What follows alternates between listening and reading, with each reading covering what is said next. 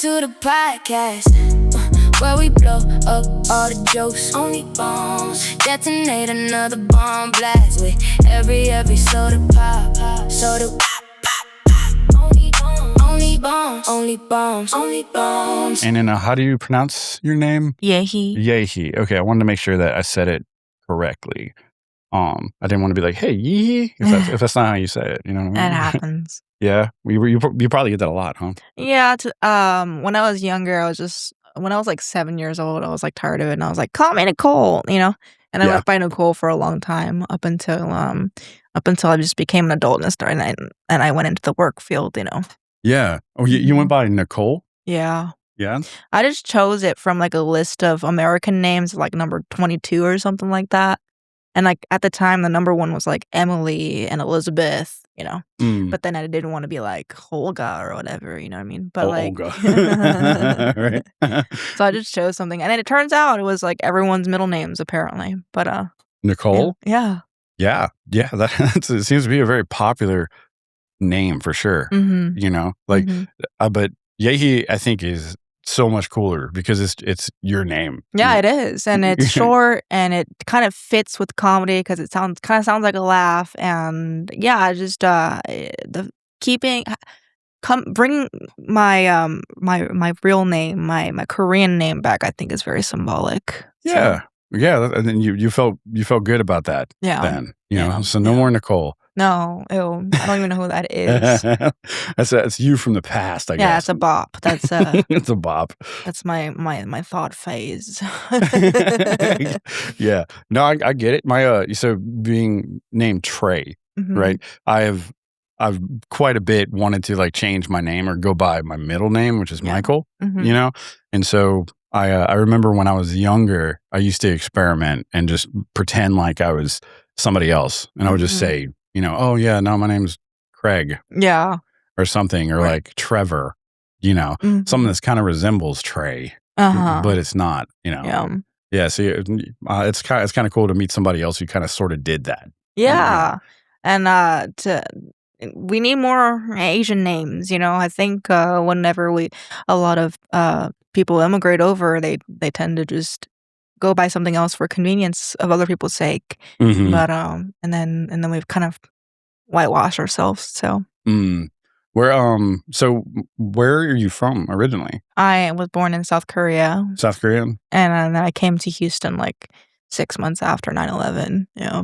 Oh, okay. Wow, 6 months after 9/11. Yeah. Wow.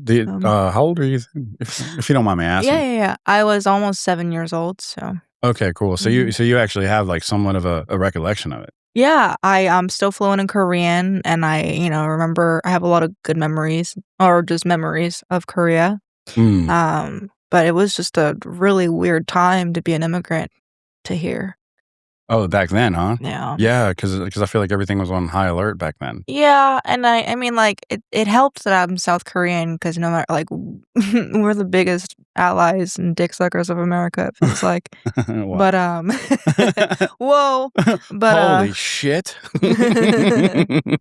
But still, like, employers didn't want to sponsor immigrants anymore and their families and stuff like that, and it was just a whole thing. Yeah. Wow.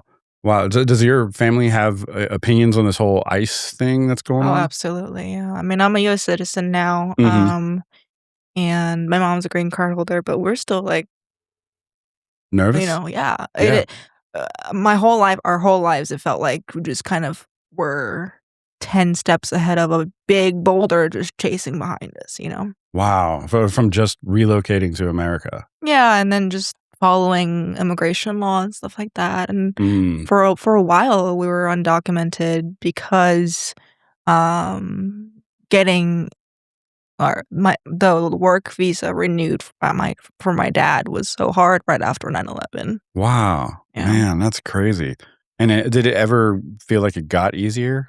No. No? I mean, like, it felt a little easier after after DACA passed under the Obama administration, just because I was able to go to school without or university without fear of like being deported, as long as I'm like not doing anything crazy, you know. And I was a good university kid, so. but it was never fully like restful. And even now, as a U.S. citizen, because of how things are at the moment, I'm just never completely sure. Yeah, you probably have like a deeper, like I guess it means more to you because you can kind of see that it's like, oh shit, like I understand those people might be kicked out because you've had that same kind of feeling, huh? Yeah, and it was funny, like, when I entered comedy about a year ago, there were a lot of ICE jokes in relation to Mexicans and whatever. I'm just like, "I'm right here," and I'm like Yeah, it's a fear for you too. Why wouldn't it be? You know? Right, yeah. So, but I mean, I don't know. Like in my head, I think that you should be all right. Huh? Like, I should be. I yeah, got my American passport, but I'm not a natural born citizen, so who knows now? yeah. Who Like, knows? Because I don't even think that there's like those guys. Like I don't know anything about really them. But I literally think that they just go and apply to do yeah, that job, which can't yeah, be good. right. And, like, part of me doing comedy like, I physically am useless when it comes to, "Hey, if they wanna smash my window and snatch me up, I'm 100 pounds," like, it's but, Mm, like, I think the the most I can do with my body as a disabled woman is just be vocal yeah. because they hate the smoke, you know what I'm saying? Yeah. Sure. They Yeah. don't want the bad press. Yeah. Even I was like, I have got to make sure that you have everything you need. Yeah. So the worst I can be is anonymous. Yeah. Okay. Yeah, Yeah. that's my Wow. thought process of it. Your thought process. So anonymity going into comedy. Yeah, Interesting, right? yeah. So at the time that you did your KillTony, I think, or you said you were only in comedy at the time, like 7 months. I got on December and then yeah, Oh I yeah. started in May, yeah, it was 7 months. Oh yeah. So I know you're from Houston, Yes. right? Did you start in Houston? Yeah, we have a great comedy scene, yeah. Really? That's Mhm. you see. I didn't get to know. I know we briefly spoke about it earlier, but I didn't really get to know a lot of the scene. At least not like in Austin. Yeah. So you're kind of getting both perspectives. Mhm. Yeah. Yeah. Do you have one that you prefer? I like Houston comedy scene Nice. because I feel like the Austin comedy scene right now is very Kill Tony Pilled and Joe Rogan and all that. Yeah. In which like you can say anything that's whatever, okay, but it in Houston you have to punch up with racism or else you like it will start a fight. I remember watching one of my friends in Houston almost get punched just for calling a big black guy a Snorlax, and that's not Oh even my god, dude. yeah, Holy like, shit. just so you have to find a way to be clever. You can't just You can't be just say saying shit. stuff. Yeah, Yeah. You can't just say shit. yeah. You know? That's kind of a concept that I had to learn too, Mhm. was you have to make it a joke. Yeah, It has to be a joke. Like there's yeah, a structure. You can't just go up and just say funny shit. yeah, Although it might work for some people, but not me. yeah. You know. Is there anything that you kind of like learned that you took with you like from right off the bat as far as jokes go? As far as Houston goes, Sure, as far as Houston I and mean, yeah, like, a different like, okay, I'll tell you this. So I got here mid-June, like, 15th, and, one big thing that we focus on in Houston is, like, pops per minute, yeah, like, laughs per minute. It's, like, really big, hell yeah. and people will judge you by how good you are with, like, every 10, 15 seconds, you should be getting a laugh. And so bringing that here, like, I've won a couple things without even, like, necessarily Mm-hmm.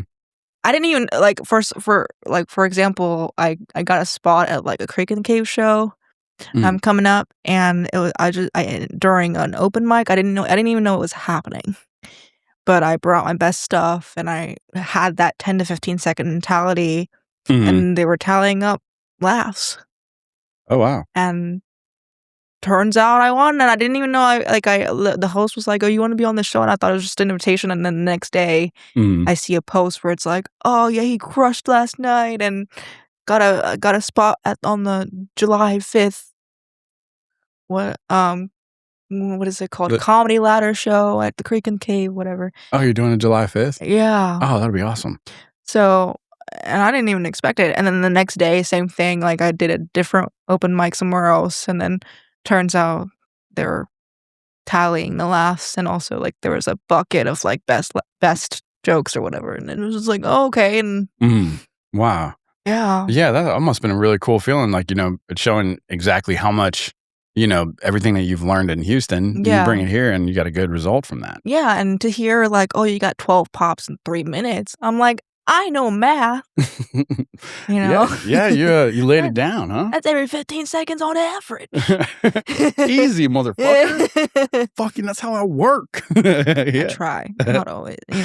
I was given a good slice of humble pie. When was it? Tuesday night. Yeah. At Shooters, I was at a mic, and you had to like pull prompts from a jar or whatever. Oh, wow. And I'm not great at improv, so I'm realizing, I need to get better at improv. Sure. But I'm paying for a room here, and I didn't come here to bomb. Yeah. Only bombs. Only bombs. Welcome to Only Bombs. Right. Which I forgot to say, but that's really awesome. That's something that I didn't actually know about the Houston scene, like when I did a little bit of comedy there. And so I kind of went in with the whole like I guess Austin way of writing, Right. And yeah, it was a terrible failure. It was awesome. Yeah, it was absolutely horrible. Yeah, I remember a comic who was like frequenting Austin comedy, but in Houston, came to a writer's room in Houston, and they said whatever, they riffing or workshopping these jokes, and we were like, oh gosh, welcome Austin comedy, Yeah. So do you have like a favorite venue in Houston that you like to perform? Secret Group is my stomping grounds. That's our version of Creek in the Cave. That's the dark and seedy, and it's where people start, kind of thing. Yeah. I I did a few things there a few times. One time it was an accident. Like somebody thought that I was a comedian that was on the show, but he just asked me, "Are you a comedian?" I was like, "Yeah," and he was like, "Okay, awesome, dude. Maybe like 10 or 15 minutes," and then he called me up. Yeah, I was like, "The fuck." But it was nice. Yeah. It was nice. Everybody was really cool. I really liked it. Yeah. And usually the crowd's like 6 people maybe, but I don't know. I find that awesome. Yeah. I love that gritty kind of way of doing things. Like Narbar. Have you been in Narbar yet? Absolutely, yeah. Yeah, freaking love. I love my Narbar as well, yeah. Yeah, me too. When it's full, man, it is crazy. It is crazy. No, yeah. September, October is best. Yeah. Oh my gosh. Right now I'm sweating, Yeah. Yeah. And so you're not used to like humidity and stuff like that anymore? No, I am. It's just that I'm usually doing comedy inside. Right. Yeah. That is a thing. Yeah. Outside comedy feels weird. Yeah. I don't know why. You're really that's when you feel like you're really in it. You're like, oh, I'm in the scene. Because I'm waiting, sweating for 45 minutes just to go up 3 in front of maybe 3 real people, but not real, Right. To like an outsider, I feel like it doesn't really look like an event, but to you, it's like, dude, I'm fucking working right now. Yeah. And you know what? It's great. It's fine because like I don't know most Austin folks anyway, and so to me, they're crowd numbers regardless. So yeah. It's okay. Do you have a place that you like to perform here? The Green Room is amazing. The Green Room is love awesome. It. And then I remember when I started comedy, I like saw posts of my friends have like the little Polaroid that they have on the wall, right? Okay. Where it's like when you perform, you can take a Polaroid of yourself and tape it on the wall. Oh, that's cool. And I was like, oh, that's so cute. I want to do that. So I just recently did that, I think May 29th or something. Oh, that's awesome. And it was just such a full circle moment to me. And they pay you. Oh, that's good. Yeah. I didn't know that. I never performed at the Green Room. Yeah. But I see a lot of people, going out there and doing that. And I've been to I think 1 or 2 shows out there, and it was always like really cool, just cool vibe, like everybody, smoking fucking weed. So it's awesome. Yeah. I will say, outside of Houston, especially in Austin, like people, especially like conservative older white folks, are more hesitant to laugh at my jokes, even though I'm giving it to them. But I feel like they feel bad, and I'm like, why? Why do you think they feel bad? Because it's like dark humor, but it's like, oh, they feel, when like, if you were to fall versus I were to fall, they might laugh at you. They're not gonna laugh at me. Oh, Yeah. okay. I see. I see. So, yeah, because it is kind of like, you probably noticed that a lot, actually. Yeah, a lot. Actually, I was in San Antonio this past weekend. Yeah. In the middle of it was like a whiter, conservative, older crowd too. And this has happened once out of many times I've been in San Antonio. But like, 3 minutes in, this random crowd member is like, "Are you okay? Do you need help?" And I'm like, this is now a motivational speech. This is no longer comedy set. Yeah, I need to set you fuckers straight. Get ready. But that really was the only time that heckle. I mean, he didn't mean to heckle, but really steered me off course. Yeah, because that fucked my entire set. Because I had a whole thing, ready, and then I missed certain entries, whatever, and then oh god, okay, well. Wow. There it is. Yeah, so with the cerebral palsy and everything like that, you probably get a ton of like pampering. Yeah. Is that like is that what you like, or how would things go if you had it your way? Usually the comics don't pamper me in that kind of sense, or like I kind of really they can tell by my set, by my jokes, that I'm really no bullshit, and I don't mind you riffing at me and making jokes about me, whatever. And then, I let them know if I need help, I'll let you know, It's really the audience. And that's the whole point. That's the whole point I'm doing comedy, is just to kind of, to break down stigmas and barriers and all that kind of stuff. Sure. It's like, yeah, dude, I'm fine. I came here on my own free will. I drove here, Right, right. You live a normal life. Yeah. But they don't, most people aren't exposed to that. Yeah. When you look like me or more disabled, I guess. So. Yeah, I do kind of get, I guess, their perspective, because it was like I was unsure, really, to be honest with you. I was like, is there anything that I need to do differently? And now I know. I'm like, no, not really. It's like, but I've never really been around people with like, physical disabilities and things like that before. Right. All the people I'm around are fucking mental, like all the way. Yeah. And then I also make it a point in my set to punch up at myself and be like, I'm actually faking this shit. My credit score is 790. I got my own place and I have my own car. Like, and then even after all of that, there have been multiple times where crowd members will come up to me and then literally be like, "Oh, that must suck. Like, this must suck." And I'm like, "Did you not hear anything I said?" Right. Did you not hear all the jokes I just told? Didn't you hear about all the dick that I've gotten in my life? Right. They love me. They will not leave me alone. I'm fine. Yeah, no, that's awesome though. That's awesome that you're just like you're just going with it, and you're just like, yeah, fuck it, whatever, dude. Like, I think that's pretty fucking awesome. Yeah. And I will be aware of myself in the sense that, like, I think I'm going really fast right now. I'm only a year in, and I've been told of like, oh, it's going to take you this long to get here and do this and da da da da da. Yeah. But I know for a fact that I look very marketable. And because I'm Asian, because I'm a woman, because I'm disabled, like, I'm all these demographics that are rare in combination. And therefore, I feel like I'm projected faster. And I'm very blessed for it, and I don't take it for granted, and I try my best to be both funny and nice and kind, okay? Hell yeah. Yeah. It's hard sometimes, like to be funny, nice, and kind, Yeah. Because I feel like you can have like one of those, but not all three, It sucks. I mean, like, and Fiona Colley called this out as well. Like, you can't be disabled and also be a dick because you need help. Yeah. Yeah. So you just have to be nice. And with that said, it's like, it's hard navigating comedy as a woman because it's a male-dominated field, obviously. But it's like, there have been times where, like, I need to be carried up to stage because all these stages either don't have steps or don't have handles, which I can get upstairs if there's a handle. Yeah, you're right.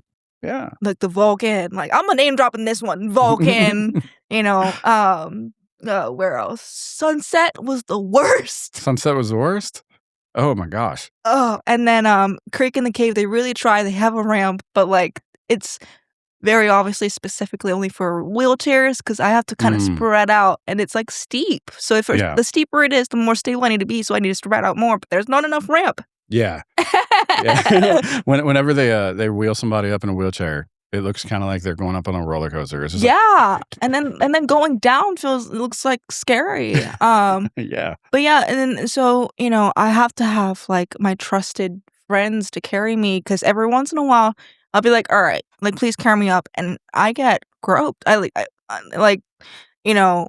get groped? Yeah. Sorry, I'm put my phone on silence. Like I've had a guy like, and I don't. God, I've had a guy like hold my back, but then get lower, and then just like it's just my ass has been touched multiple times. Yeah, that's crazy. And I was just about to ask you how do you like to be picked up? Probably not by the ass. Right. I mean, like, and I can tell whenever you're trying to fill me up, and then in between like that and this is the easiest way for you to get me up, depending on what your physical ability is. Like, it's very obvious. Yeah. What your intentions are, and right. Because like even if you're, if my butt is right here, you're not trying to like whatever, Yeah. So you can tell like when somebody's like being intentional. And so that sucks. Yeah, and it's hard to even say anything because it's like there's probable deniability of like, oh, I was just trying to help you, and I just like don't want to deal with all of that. I just know to not ever ask you again. Yeah, that sucks. That sucks that you have to do that to begin with. Yeah, you know what I mean? Like, yeah, no, that sucks. I hate hearing about stuff like that, but it really is a terrible thing. But like, there's been plenty of female comics who've been on, and whether they said it on the show itself or just just talking before, like it seems like everyone has said that they have some trouble in some things. Do you find that to be true as a female comic? Oh yeah, I mean, especially because like there's not many of us, and so like we spend so much time together, and it's just like high school in the sense that like we go to the same mics, and sometimes we have the same teachers, we have the same class. Oh wow! Right? Yeah. And so we see each other regularly, and then it's like I don't know. I feel like for any female comic, once they start out with like 5 to 6 dudes just surrounding them at all times. Yeah. And then we quickly learn about boundaries and how to set them. And there's no one comes to my house anymore. You're not invited. Like I used to have like comic friends over all the time, but it's just like it feels like sometimes when you give what is it when you give them an inch, they take a mile or something like that. Whatever. Yeah. And yeah. Yeah. No, that suck. I hate that. I hate that y'all, like have to even worry about shit like that. Like even do that thing. I wish there would be some kind of way to get around it. Like, or just basically just leaving them or something like that. Like, or getting them kicked out of just whatever, it's just, but I hear that it's such an occurrence, that inappropriate behavior. I hear that it happens so often. It's like, how do you even deal with that? You just have to have your small circle. Gotcha. Yeah. I'm grateful to have the friends I do. I currently have a boyfriend, and he does comedy sometimes. Will help me out, or like shout out to Matt Rivera. He's been great. Like, oh yeah, he carried me up multiple times, countless times, and he's never made me feel any kind of way, and he's never lowered his hand, whatever it is. You know what I'm saying? Like, it's always been very respectful. Shout out to Leo Basello in Houston. Like, and so you just have to have your trusted people. You know who your friends are. Yeah. Yeah. Matt Rivera seems like a nice guy. I know. I want to get him on here too. Did you see that thing about him with his voice? Oh yeah. Oh yeah. No, I was like, you sound like a cartoon comedian now. Right. Yeah. Yeah. It's like, yeah, dude, I see that totally. Comedy's not like I used to be. I remember it, Right? It used to be way different, But it sucks because it constantly sounds like his voice is like lost, and I don't know if it's lost, but something about a polyp. I don't know. Yeah, something about that. I don't know. Do you have any like kind of like pre-show sort of like before you go on, like pre-show kind of routine that you do? Funny you should mention that. You know how I think everyone should have like a psych ward activity. Yeah? Like what? Like crafts, going on a walk, like positive headspace type of shit. Yeah, I love whittling turtles out of one piece of wood. Oh, that's cool. Look at that. Oh, wow. That's neat. Let me make that. There you go. Show it to the camera. Hell yeah. That's awesome. Or like any kind of thing I get from the wild, I'll save. Is that your joke book? It can be. Yeah. But also just kind of like, every few days I'll be like, oh, I did this and this and this, and it's more like a gratitude journal than anything else. Yeah. But it also has jokes in there, but it's just to keep me in a positive headspace and just to keep like me grounded and not take things for granted and Oh yeah. What I love is that it's just like a typical like composition notebook, and then you open it up and it's just beautifully colored with like vibrant stickers. Mm-hmm.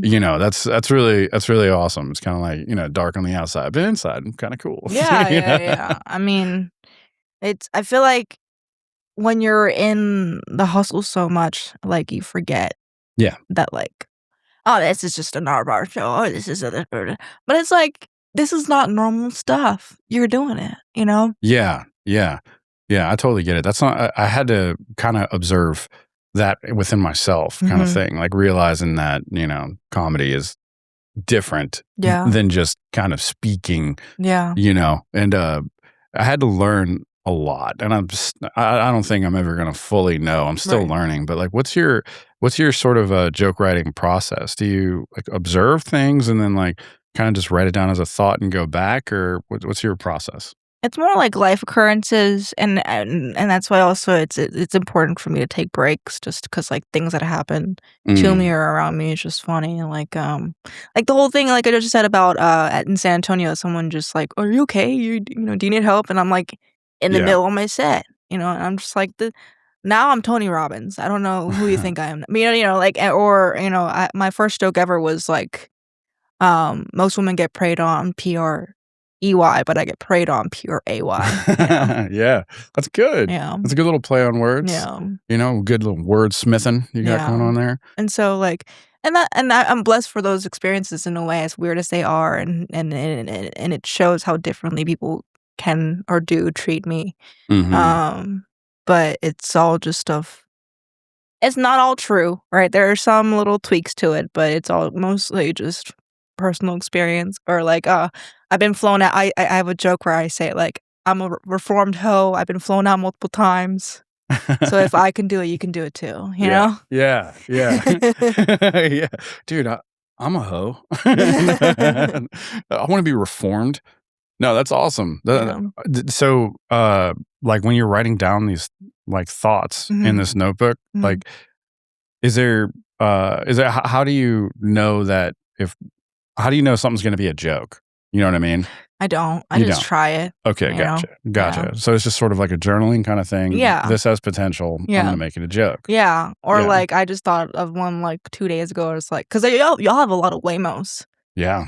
Sons of bitches. And I was like, I'm just waiting for a day a Waymo hits me, so there could be a headline that says a clanker hits a click clacker, a click clacking comedian or something like that, Like I can't wait to try that out. I haven't done it yet, but I think it'll be good, because I think it sort of like breaks the ice. You know what I mean? Like people are like, did she just say that? Yeah, she did. All right, cool. I'm down. Let's go. Yeah, I don't know. A couple times, some people would be like, "Oh, this is handy, capable," and I'd go up and I'd be like, "Hey, I'm crippled," Hey, I'm crippled. Oh my gosh! Like, hey, I need a miracle. You guys got Jesus by any chance? I'm like, yeah, man. But so when you have like a set or something like that, how long is like the longest set that you've ever done? I'm grateful to say this. I've done 25 minutes. Oh, nice. Yeah. Nice. What's kind of like your approach to that? Like, do you like kind of plan out how you're going to do like a long set like that? Or I have all my jokes, and then like I know what I want to start with, which is a banger, one-liner. Yeah. And then the closer I want to end with. Yeah. Okay. Yeah. And then in between, I just want I just kind of pick and choose between, and I'm like, all right, I have these 3 main categories. I gotta make sure I weave through all of them. And it can't just be like dick, you know? Yeah, it's a lot of dick. Yeah. That's a lot of dick. But then if you talk about family trauma too much, it's sad, you know? So like. Right. Yeah. Yeah. They don't like that. Me and Lindsay Campbell, she was just on, and I released a clip that was us like joking around. Yeah. Like, you know, and it was like, yeah, people were like, what the fuck? Why would you even post this? And then one person was like, dude, it's crazy that you guys are laughing at this. And I was like, dude, I don't know who the fuck these people are, but that's like, you know, that's what we do. Yeah. Right. Like I forgot who had the special. I think it might have been Kevin Hart, who had like Laugh at My Pain. Yeah. And I felt like that was a really good name because that's essentially it. Yeah. You know, and so you're doing that, you know, writing your personal stuff, and it might become a joke and everything. Yeah. What are some things about the stage that you kind of notice in the audience? I mean, like, do you feel like you read them well enough? Oh gosh, Like, or it's do you? different every city. It's different every city. But I've noticed here in Austin, Sunset, I sat in front of basically all middle-aged or younger white dudes, right? Right. Okay. Yeah. But then I've also done a set in Austin where it's very couples. Okay. Yeah. And the women tend to gauge the temperature, like we'll kind of look you sideways there, you know, like, and then we're like, are you gonna laugh at that? Is that funny? You know, like, so it'll kind of like hinder whether they actually laugh or not, but whether they actually find it funny or not. But like, you know, Yeah. Yeah. So what's hindering? Like, really? like I have this one opener. It's like it's so hard to convince people that I'm having a good time, but at the end of the day, I'm crippled with titties. I'm doing great. I get around fine. And there's a double entendre of like get around fine. There's like physically getting around, and there's sexually getting around. And so like, just to let you know. and so, but that did well in the room full of dudes. Right. Did not do well with room full of couples. Yeah. Gotcha. Yeah. Do you kind of like scope out the crowd before you go on stage? I try to, and I try to do my best on trying to read the room and guess what their taste is and stuff. Right. But at the same time, I'm, again, only a year in. I don't have enough experience, and I'm still learning so much. Yeah. I do better with like Gen Z crowd when things are less serious, right? Yeah. But I don't know. I also think that I kind of people have this idea of what disabled should look like. But at the end of the day, I'm like a 4'11" Asian girl with tattoos, you know, and so it's uncomfortable one way or another for people. Yeah. Really? That's you know, I'm kind of like, I'm trying to like, how do I word this? It's like you know, like you could see that there are people that are for some reason uncomfortable. Does that ever like hurt your feelings? No, because that's the whole point. That's the whole point. You want them to be that way. Yeah. You want to put them in. That's fucking cool. Yeah. That's badass. Because before I started comedy, I used to be a gym rat, and that was the same thing. Like people stared at me all the time. They're like, what does she do here? And then I actually do my shit. They're like, oh fuck, you know. Yeah. But then like New Year's resolution season comes in January, and all of a sudden these newcomers come in. They're like, oh, you're so brave for being here. And I'm like, you came into my house. You're calling me brave? I just got here. You're brave. Yeah, you're brave, motherfucker. Yeah. No, that's good. That is good. That's it. It's just kind of like, it's like one of those things like I'd never really like encountered, you know, that. And so I'm enjoying listening to your perspective of it, you know, because like I said, mostly everybody I've got is like, it has like mental handicaps of some sort. I'm fairly emotionally stable. Hell yeah. Considering the field I am in. It's just I'm physically fucked up. But yeah, I don't know. I used to be really engulfed in the idea of having to be physically perfect like every other woman. Right. And then I started comedy, and I was like, I could just be myself. And actually, that's the best thing I can do, because there are young adults and children just dying to be themselves, but they feel like they shouldn't feel okay or comfortable in their own bodies. Mm-hmm. And so that's kind of like what I'm trying to do, you know? Yeah. And I've actually recently had like a little girl. I mean, I hope she doesn't watch my I know she does. Anyway, she saw my little leg braces and she was like, I like your braces. And she wore them too. And it's like, oh, wow. little things like that really does a lot, you know? Yeah. Connecting with, people who look like you, vaguely at least, even. Yeah. Yeah. That's awesome. Nobody like really looks like me. I'm French, that's really all I've got, really. You kind of look like John Goodman, like a teeny bit. Like fat John Goodman? Whenever you smile, your top half looks like John Goodman. Interesting. I'll take that.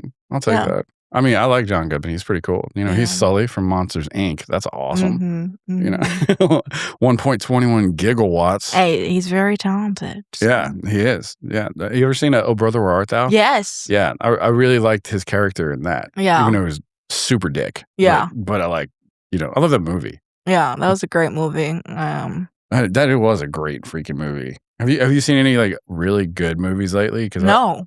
I haven't either. No, I think the last good movie I saw was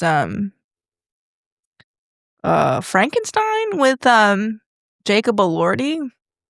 Oh yeah, I don't know. And then before that it was like Dune. But like I feel like movies are, and this has been talked about and there's been articles, so don't come at me, but like movies are made to be seen like kind of as a background so that people can kind of tune in and out and stuff like that, especially because things are in streaming pretty much right away now. So yeah, I have my background movies that like I just put on, like, and I just like to hear it. Like Interstellar is like my background movie. Yeah, so, like, check Interstellar's great. Yeah. It's TARS. Ooh. Come on, TARS. Yeah. See, and it kind of works. Wow. Yeah. So I like Interstellar. It's like one of my favorite movies. Yeah. It's a great mindfuck, but also it just helps you appreciate life more. Yeah. Yeah, exactly. Speaking of appreciating life. Yeah. What got you wanting to do KillTony? I don't know. It just the worst that can happen. Listen, okay. Mm-hmm. When I entered comedy, I was like, I used to be so scared of like, oh, what people think. What if everyone finds out? Yeah. I never heard of any of these fuckers. You know what I mean? Yeah. And they say some crazy shit, and that was very liberating to me.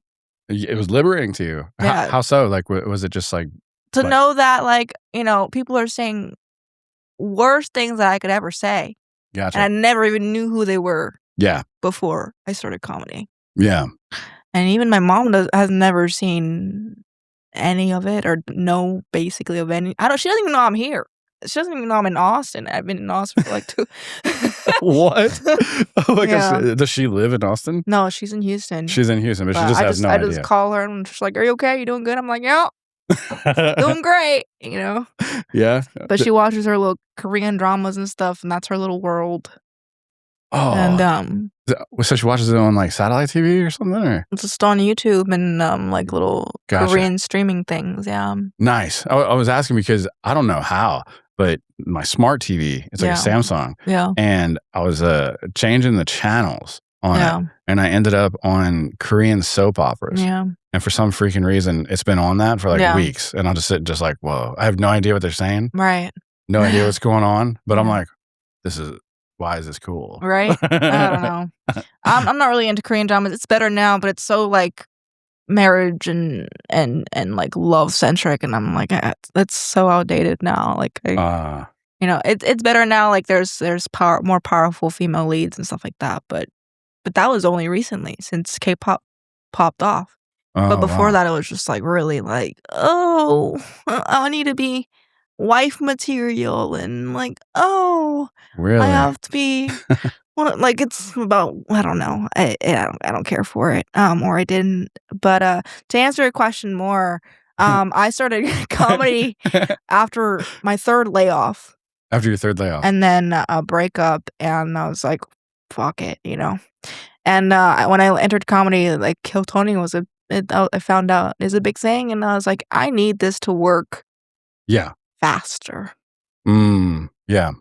Sure. Which is why I reached out to Soft White Underbelly, which is what and then KillTony, I just wanted to, make sure that my jokes had a point. Yeah. And then the fact that not even my one minute, but that wholesome joke book catch was the one that went viral. Yeah, that was really I'm grateful cool. for it. And even there's like a funny bit to it, a few bits. And so, and I'm grateful for that moment. I'm so like, sometimes I just lay down and stare at the ceiling and I'm just like, who am I to deserve this and to experience this? I am a mere small girl. Oh my God. So like, all that. And so it's very humbling, but I just didn't want I felt like I was like walking into my purpose. This is so weird. I'm so sorry. It's just so woo-woo, but it was just No, it's perfect. Go I on. feel like it's happening. And It's awesome. I want to be part of the change I want to see. As a kid, I remember seeing, I grew up in the early 2000s when heroin chic was a thing, and it's coming back. It's in full force now with Ozempic and stuff. But it's like I didn't look like any of these girls. I wasn't the skinniest person, but also have a wheelchair or a walker or crutches. Like I'm so far off from what this looks like. And it gave me a lot of trauma. It gave me a lot of body dysmorphia where it's like, I'm unlovable. No one's going to want to be with me. And so I knew that with KillTony, it'll just kind of open things up more, and it did. Yeah. Yeah. It seems like it did, and so you've seen like a positive. Yeah. I would have like DMs from disabled folks. Wow. Yeah. That's really cool. That's really cool. Yeah. I never knew that. Like, cause when I went up and I did my thing, got off, there was like a little bit of a pop. Nothing I did was deserving to go viral, and so, but yeah, I've seen a bunch of your clips, like they're everywhere. And I'm like, that's gotta feel great, especially if you're sitting there like, basically like, who am I? And then, like you kind of have an imposter syndrome in a way, and you think you don't deserve it. And then this great response happens. Like, did that make you feel good? I mean, yeah, absolutely. But it also makes me aware of like, I need to not do some dumb shit. Like, jackass material is not for me, because I have teenagers looking at me right now and their parents, and I just don't. Yeah. You're not gonna be like, all right, you getting that fucking grocery cart now. We're gonna go down a hill.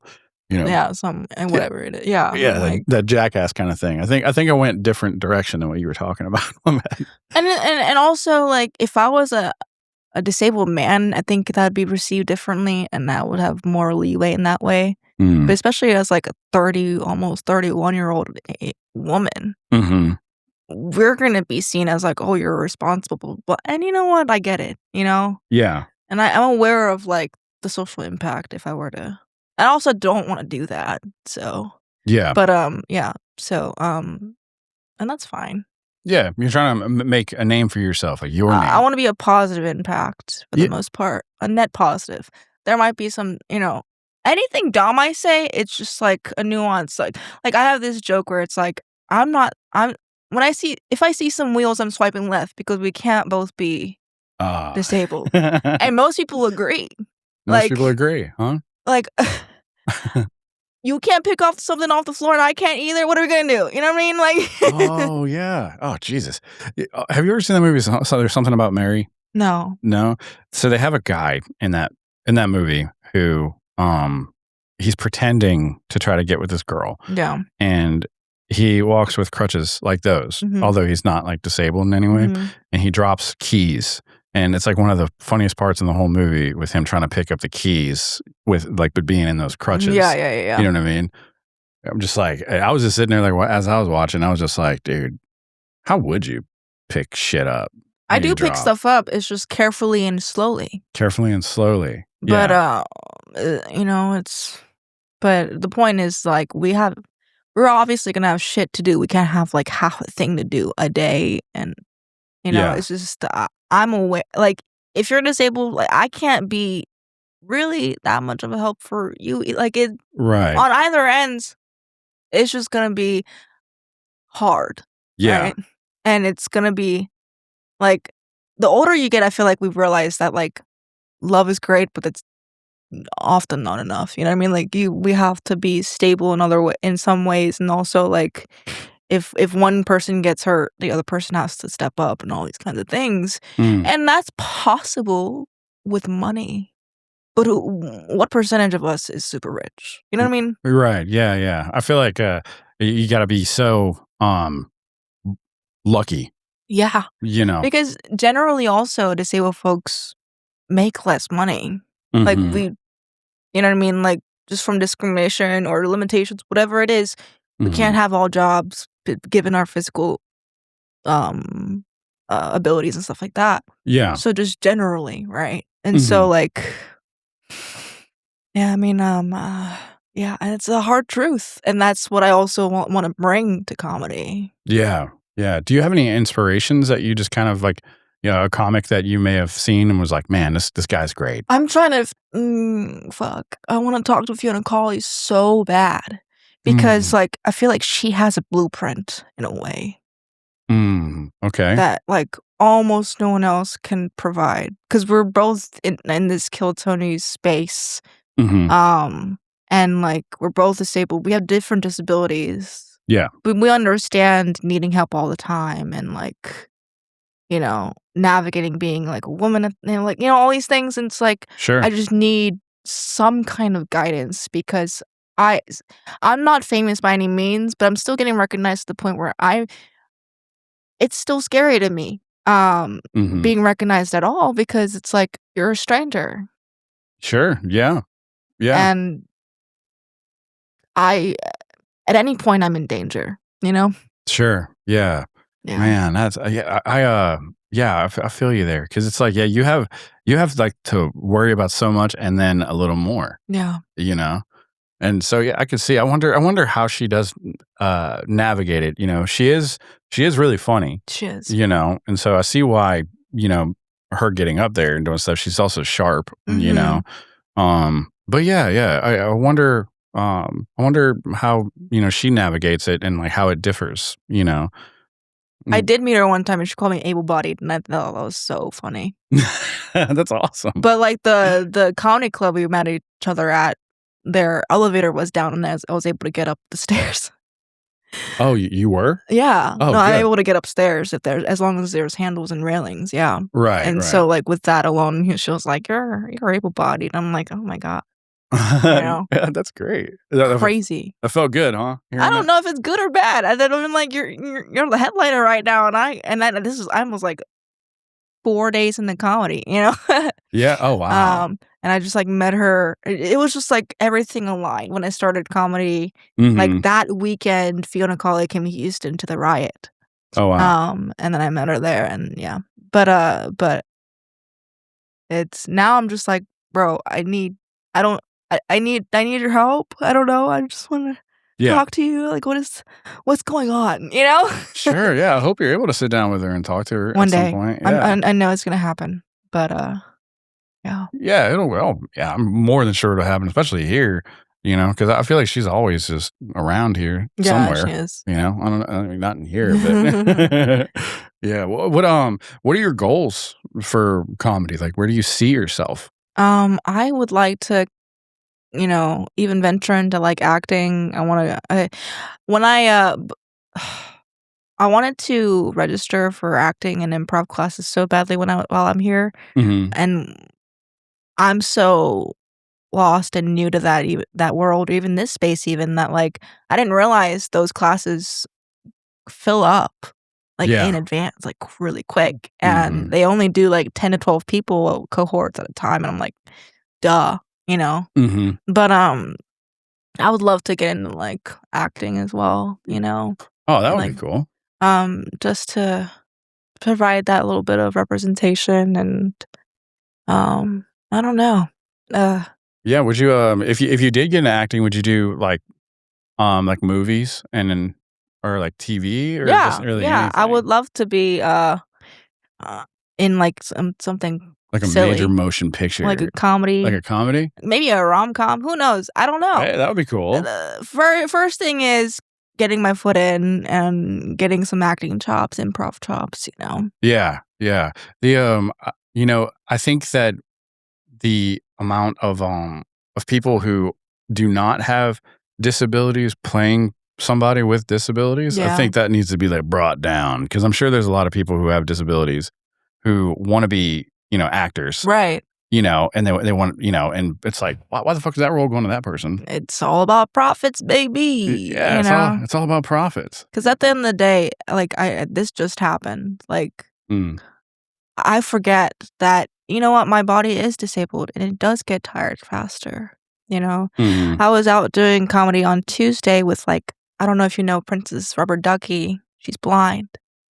No. And like a mutual friend, but she's 40. It was her birthday Tuesday and she just turned 40 and she was basically figuratively, but like it's just running laps around me. I'm tired. Yeah. But you're a decade older than me, but then, and so like and then I had to take yesterday night off just because I'm just like, fuck, I just need a reset because I have a podcast tomorrow and I'm trying to do all the mics afterwards, Oh yeah. And it's like but then that's why cocaine's so rampant in comedy, right? And I'm trying not to do that. Yeah. It's not even worth it. I don't know. I've done it a few times. I don't think it's worth it. I literally like all it makes me do is a wake up. Yeah, I mean, like, I don't have the physical means to expend that energy, so I'm just gonna be tweaking out in my own head, spiraling like Mojo Jojo or something, Yeah, exactly. Son of a bitch. Yeah. It's like, I want to go somewhere. I can't fucking go.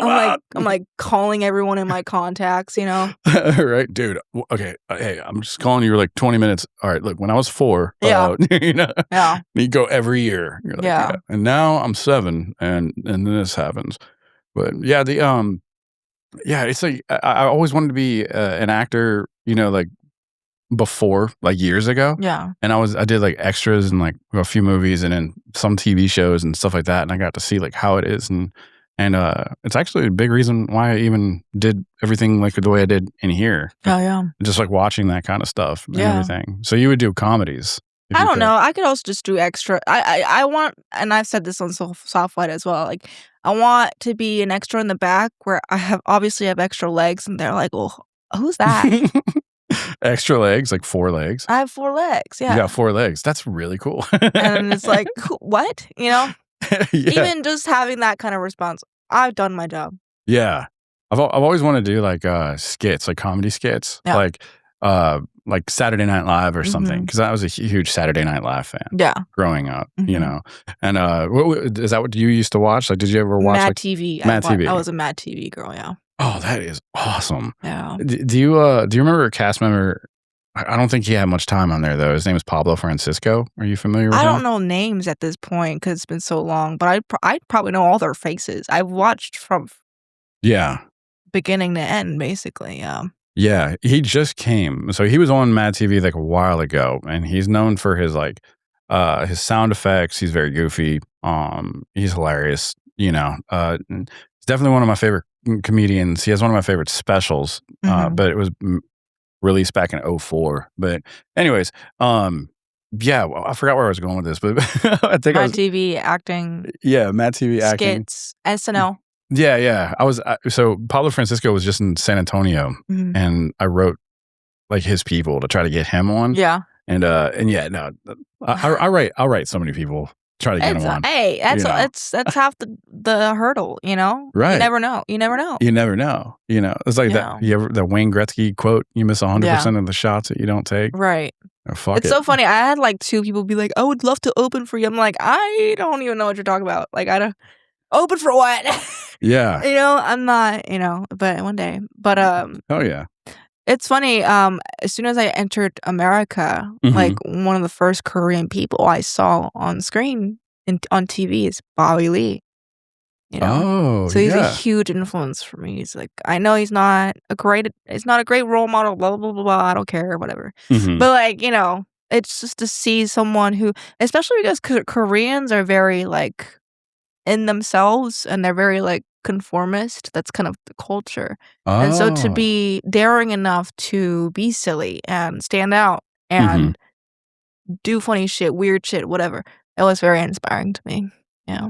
Oh, wow. Yeah, you seem like you're just a very unique person. Like, yeah, I feel like your personality is very unique, very, I don't know, you seem just real. You know what I mean? Like, and I think that's really cool, but I don't really meet a lot of people like that, Yeah. you know?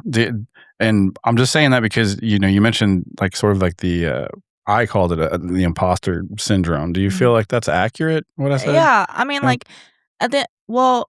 before comedy, the first stage I've been on was like for I wanted to be a motivational speaker. Oh, wow.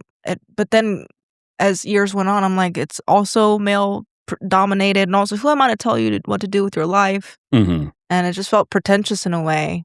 And I've done like, university TED Talks for, you know what I mean? Like Mm. at U of H, there was like Kook Talks, whatever, where like students could apply to have a speech do about whatever they wanted, right? Yeah.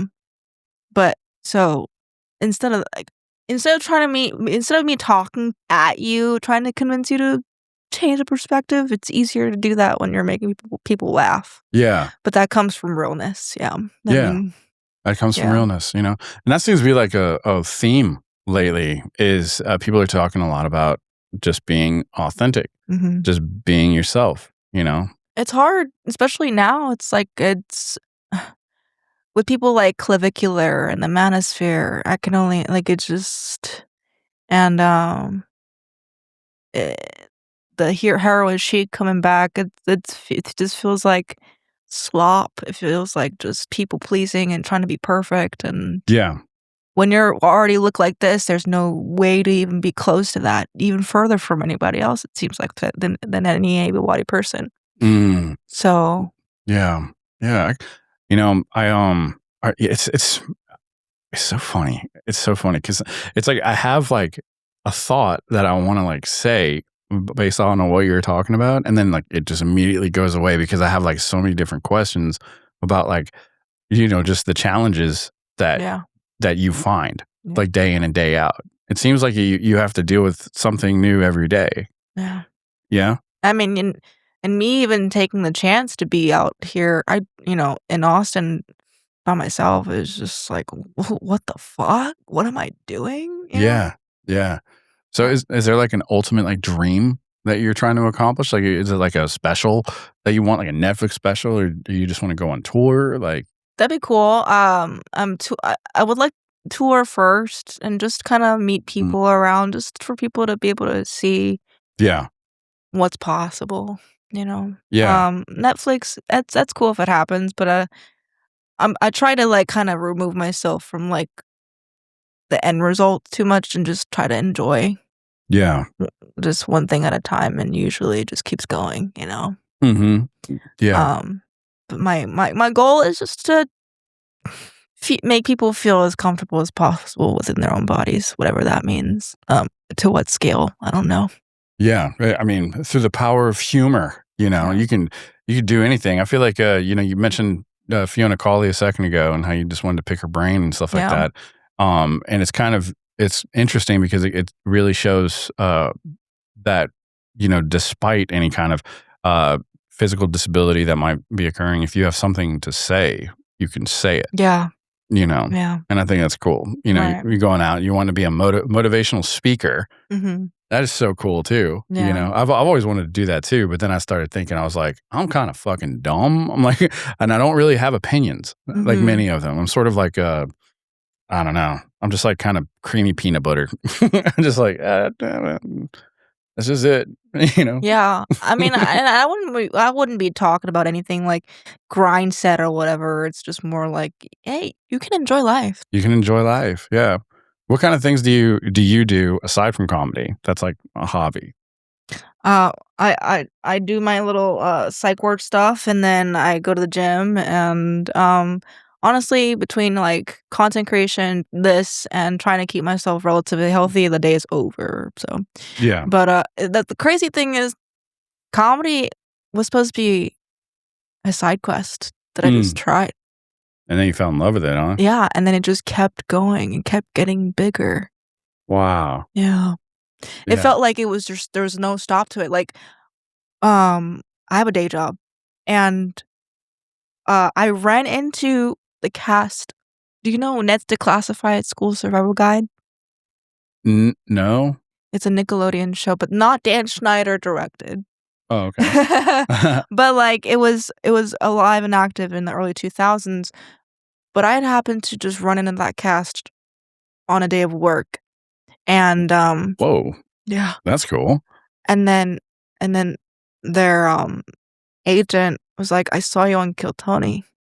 Do you need a manager?" And I'm like, or an agent, whatever. And I was like, I mean, maybe. Are you trying to scam me right now? What's up? You know? Right. But it was real, but it's like I wasn't even supposed. I went to I work online, but then I have to like show up in person sometimes. I got my schedule confused. I wasn't even supposed to be there that day. It just worked out. Wow. And I'm just like, good for you. This is beyond me at this point. Like there's no stopping this. And you know, every time I try to stop it, so there have been like 3 or 4 times before whenever I would just be consistent on social media and it just pop off. And I got scared every single time. And but then I'm like, you know what? I'm just gonna let go of the inhibitions and trust the process. Yeah. What was scaring you? Judgment. And that's why I say, like, it was very freeing to see KillTony people, and I just never knew who they were before comedy. Because here I'm thinking, I'm just like in my head, I'm like, oh, everyone's they're gonna think I'm a fucking stupid whatever. And that's not the case. My normal life, most of them like either don't care or don't know, whatever. You know what I mean? Like it doesn't. Oh yeah. I know exactly what you mean. And that's great. Yeah. Yeah. I got recognized one time after my KillTony. Yeah. And it was by a guy I didn't even realize I worked with. Yeah. Like it was just like a guy I'd never met, but he happened to show up on the shift that I was working, and at the time I was working EMT ambulance service kind of, and so so he came, he ran over to the ambulance that I was like stocking and putting stuff up in, and he's like, "Bro, were you on KillTony?" "Yeah, that was you on KillTony last night." And I was like, yeah. That was awesome. You know, it felt really good. Yeah. But you get recognized quite a bit. Yeah, huh? I do. And then when my episode came out, some people did text me. Yeah. But it's more of like people who I randomly went to summer school with at some point and stuff like that, you know? Yeah. Like I didn't really know them. Sure. But yeah, it ended up being fine. And I was just scared for no reason, you know? Yeah. But there's no resistance, right? It's like, it just seems like it's just kind of opening up for you. Yeah. Before this, like I was popping off on LinkedIn. Before that, I was popping off on TikTok. Like it was just like, because all my identities and demographics together are so rare, I feel like you just end up becoming an advocate as long as you're consistent. Yeah. Sure. So that was just always there. Yeah, you always had a voice, you know? So that's really freaking awesome. Which mics are you planning on doing tonight? I probably hitting up Creek is a great like mingling spot. I feel like everyone's in that backyard, you know? Yeah, they really are. They really are. And then our bar, and I'll find some. I'm actually gonna go with a couple comic friends, and honestly, I don't like dealing with parking, and so usually my car is a newer model than theirs, and I have AC. And I'm like, you can drive my car, we can go together. Yeah. If you can just drop me off, you park, whatever. And they're like, yeah, you know? Sure, yeah. Yeah. I mean, because we got to mutually benefit, a symbiotic relationship, if you will. Teamwork makes the dream work. Yeah. Right? I think I've read that somewhere. Yeah, as the youngins say or whatever. As those little youngins say. Yeah, exactly. Well, I guess we're good pretty much. We're wrapped up. Cool. But did you have anything that you wanted to put out or whatever? This is your camera right here. My Instagram is Hey Miss Yehee, HEYMS.YEHEE. On Instagram and on TikTok. I post my shows on there on my stories, but I don't even know what's going on. So your guess is as good as mine. If you want to follow my journeys, just see what's gonna happen, like, feel free. But otherwise, I'm just out here. We outside. We outside. Not literally, but figuratively. Yeah. Imagine if you came and it was outside. Just put the I'll deal with it just for you, you know? Yeah, we're just both getting tans. You know, oh man, I'm so pale. I work nights. They gave me vitamin D3. No, I mean, like, listen, before comedy, my vitamin D levels were great, all this stuff. and Now you're like, fuck. I need I need the D supplements. Yeah. Apparently, me too. Like, which is weird. I'm like, Doc, what are you talking about? I'm like, it doesn't go in a bottle. Anyway, Yeah. I can go off. I have to tell myself sometimes to stop joking. Honestly, I feel like this conversation can go hours, but I'm glad you feel that way because there was a part of me that was like, fuck, man, I wish I'd had like I need to get like bigger memory cards so I can do that because I've had times like when I had people who just wanted to talk for like longer and I was like, it's been like 2 hours, man. You know, but this is one of those conversations where I feel like I could just talk to you for like hours. It's about just like whatever. Yeah. You know? So it's like, yeah, but I really appreciate you coming on. Like I really do. It's really awesome. Thank you for taking the time out. Congratulations on, getting representation. Oh, thank you. That's really cool. I know that must be exciting, huh? I don't even know what that means right now, Yeah. But I'll ride the wave and make the best of it like I usually do. So. Yeah, shoot. Whenever you're super rich and famous, I'll be like, hell yeah, I'm just gonna. I don't know about rich, because I feel like once you get to a certain point of wealth, you kind of have to do shitty things to get further. Yeah. So we'll see, but famous. That would be cool. That'd be dope. I'd be like, look at Yehee over here. Hell yeah. Oh, yeah. Well, thank you so much for coming on. Thank you for having me. I really appreciated having you. And that right there is a wrap. It is over. We'll talk to you later. Bye. Bye.